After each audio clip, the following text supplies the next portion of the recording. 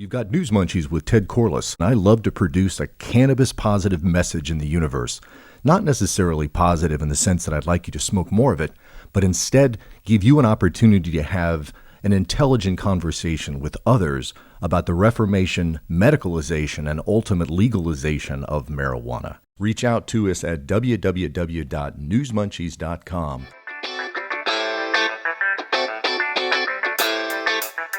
I am very excited today to get to today's topic. As we are recording our podcasts, folks are gathering near central parts of Kansas City. We're talking about Main Street, starting all the way at one end and going all the way down to the Power and Light District. Folks meeting up at Union Station by the tens, the hundreds of thousands, and potentially, I understand, the millions. So today's topic is going to be the medical marijuana law in the state of Missouri, because everyone is so excited about that as well. We're going to take an opportunity to go through that new law so you all can have a better sense of what 2020 and 2021 are going to look like in the reformation and legalization of cannabis. But before we do that, I want to share my own personal experience over this past weekend. I flew up to Kansas City because someone suggested I go to the parade, but my thought was I'd rather sit with my friends at the game than stand on the street with strangers. But we're talking about Kansas City, Missouri. Those of you who have not been there or are unable to determine whether it's in the state of Missouri or state of Kansas, let me offer to you Kansas City, Missouri, and the Chiefs who play. The Chiefs' kingdom is very much in the heart of Missouri. No slight to those who live in Kansas City, Kansas, but I assure you they know where the Chiefs play. I went up to spend the time with my close personal friends because of my own relationship with Kansas City being what it is. I grew up about 45 minutes north of Kansas City in St. Joseph, Missouri. I graduated in 1985 from Central High School there, went on to University of Missouri in Columbia, and then came back to attend law school at UMKC, graduating in 1995. Well, here I am in Tampa, Florida, and splitting the rest of my time in Boulder, but my heart is still very much in Kansas City with the Chiefs. Those of you who have been to Kansas City understand the kind of people that live there. These are friendly people. These are people that are excited about the attention that their city is getting, but they're not getting ahead of themselves. You walk into a bar. We walked into a bar Friday night right in Union Station called Piermont's to get a steak and meet up with literally one of my very best friends in the world. And we, on our way to our table, even though we didn't grow up in Kansas City, we ran into two different people we went to high school with literally 35 years ago. But when we're waiting at the bar, it was a Kansas City experience because as it's a very, very crowded environment because every person who loves the Chiefs, which is just about everybody in Kansas City, I imagine, I bet half of them were standing at Union Station wearing all of their Chiefs memorabilia, anything they could, a hat, a T-shirt, shoes, you name it. And as crowded as it was, the people at the bar it was like a communal conversation. People just talk to you. They're friendly. Don't be afraid if somebody in Missouri starts talking to you in an elevator. That's what they do. They're friendly people. Or they'll talk to you when you're getting your groceries at the grocery store. That's what people do in Missouri, and I'm proud to be from there. And then, of course, there is the game that takes place the next day. And, you know, I lived in Tampa about a year when the Buccaneers won the Super Bowl, obviously back 20 years ago. And I can tell you one of the things that struck me is that after the game was over the next day, I think they had some kind of event, of course, to celebrate the return of the team. But at the same time, that was it. It was over. It was a game. They won. They got a trophy. That happened to me in the fifth grade in Little League.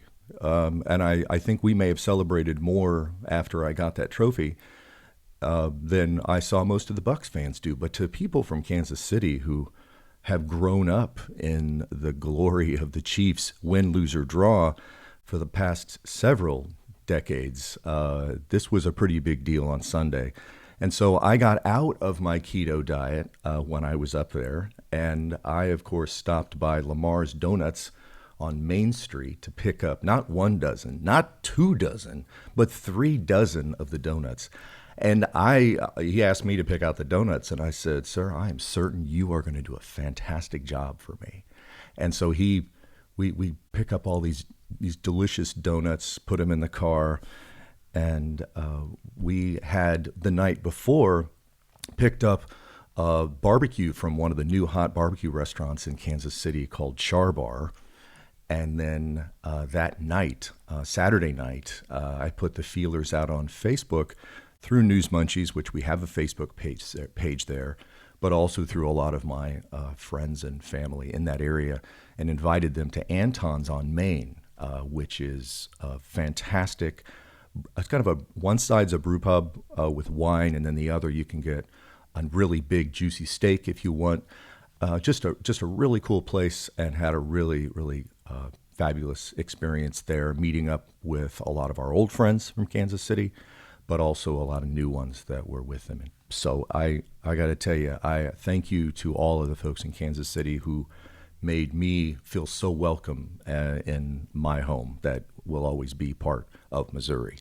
Missouri has the benefit now. Let's get to the topic at hand. Missouri now has the opportunity and is going through the process of issuing licenses for medical marijuana.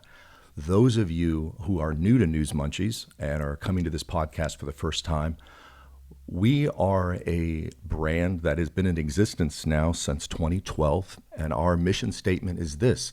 We promote a cannabis-positive message.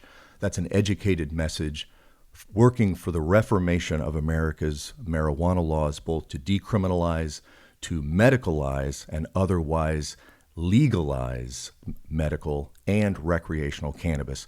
I'm a big civil libertarian guy, not a libertarian guy who says he wants to get rid of the post office. No, I'm a civil libertarian who believes that every law should be assessed regarding what impact it has on the civil liberties of the most vulnerable people in America. In the context of marijuana laws, well, we have to deal with marijuana laws being used predominantly against people of color. And that's something that I do not accept. And I will not accept until we both legalize marijuana appropriately and we expunge all of the criminal convictions of people who have, in fact, have any weight on their record. I'm talking about 3 grams, which, by the way, is now legal in Hawaii. You can have 3 grams on you legally in Hawaii. Still illegal in the state of Missouri to possess any cannabis. But some of the counties are decriminalizing, a lot of positive things. So NewsMunchies is here to fill you in and educate you so that you can have not necessarily a particular opinion, but that you can have an opinion that's based on facts and not the decades of fear-mongering that's the foundation of our current marijuana law. All right, now that medical marijuana has been legal via a constitutional amendment in Missouri, now the legislature will promulgate rules. That sounds like something a lawyer would say. Promulgate the rules. Excuse me. And so now you've got a little bit of a problem, Missouri, because I can speak to this from experience. So get this straight. The laws were passed by the people, but now a lot of legislators that were not really down with this legalizing pot thing get to make decisions about what those laws are. Now, let me offer this to you. The nature of the statute that I have here in my hand, which I even like the title because most people get a little crazy about compassion and things like that. I think if that moves the dial, I'm down.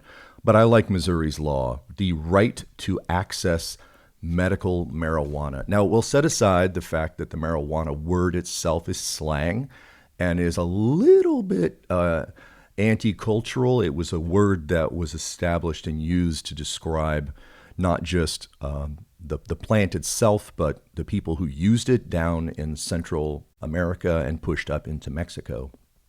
We like the word cannabis, but I don't care as long as the law makes sense. And I got to tell you, my perspective on the Missouri law is that it was fair.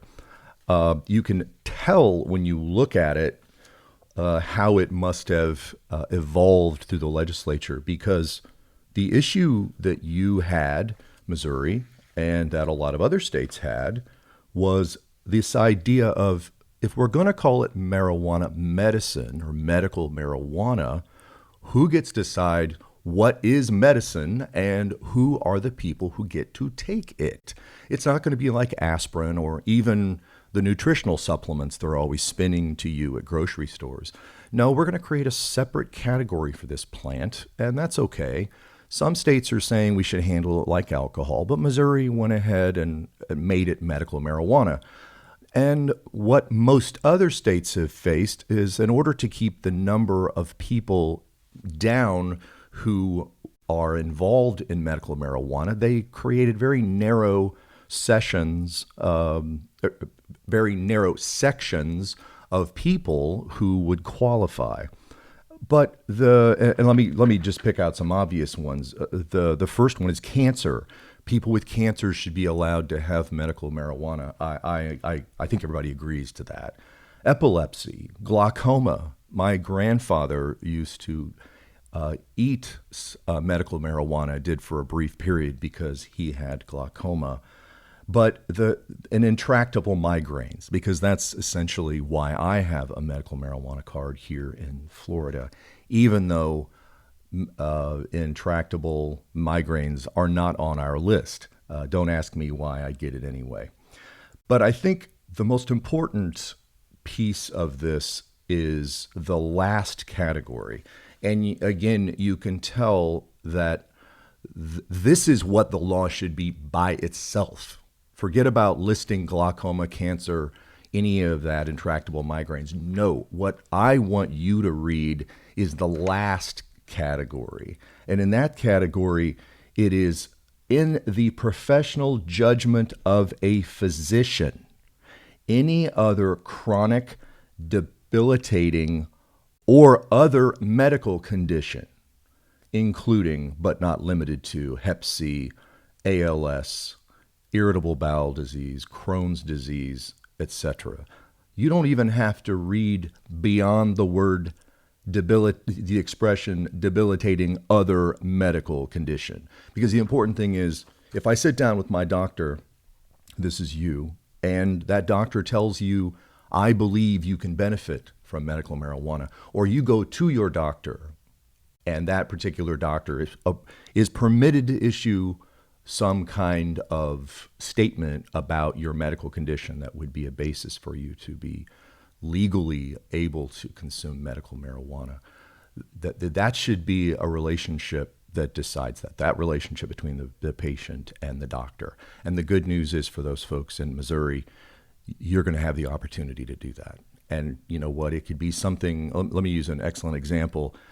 I know someone who suffers from a debilitating psoriasis. It's horrible, and the use of medical marijuana has really turned her life around. But I don't see anywhere on here where a skin condition would necessarily benefit from medical marijuana. But I can assure you, the pain and discomfort associated with that will be alleviated by those kinds of things. And I am so excited again to come back around to congratulating Missouri itself for having the chutzpah to pass a constitutional amendment permitting medical marijuana. That was the result of the efforts of tens of thousands, hundreds of thousands of voters in the state of Missouri. And it's amazing because not every state, I want you to know this. I'm not trying to guilt you here, Missouri. I'm not.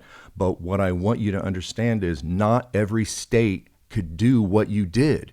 Example, Alabama, Mississippi, these states do not allow citizens' initiatives like the one that you used to get this on the ballot and to pass it. Why is that? Well, because the Jim Crow environment that Mississippi and Alabama have baked into their laws specifically precluded citizens' initiatives. That's because after Reconstruction, Alabama and Mississippi did not want the majority populations of African American descendants that they had enslaved to all learn how to vote and to vote them out of office, or to pass laws that would specifically alleviate the effects of Jim Crow. Well, we're still feeling that effect now because those states do not allow their individual citizens to pass constitutional amendments. So Missouri, you have you have an amazing result here. And here's the thing. I tell people now that marijuana is going to be legal in your environment, try and pass the laws. Try and honor those laws. Don't do stupid things with cannabis. Those of us from Colorado, we love our cannabis, but we also like to keep the po-po out of the scenario. So good luck with that. I invite you to visit our YouTube channel for NewsMunchies as well. We've got some fantastic things going on in SoundCloud, especially some of the interviews that we've been doing with a lot of cannabis leadership. And we have some very poignant individuals coming in here to share personal experiences about cannabis that I'm also very, very excited about. You can also take a look at all of our full spectrum of social media, including Facebook, Twitter, and everybody's crazy about that Instagram page. So I look forward to you sharing your stories and your information with us as well. My name is Ted Corless. You've got NewsMunchies with Ted Corless. Be well.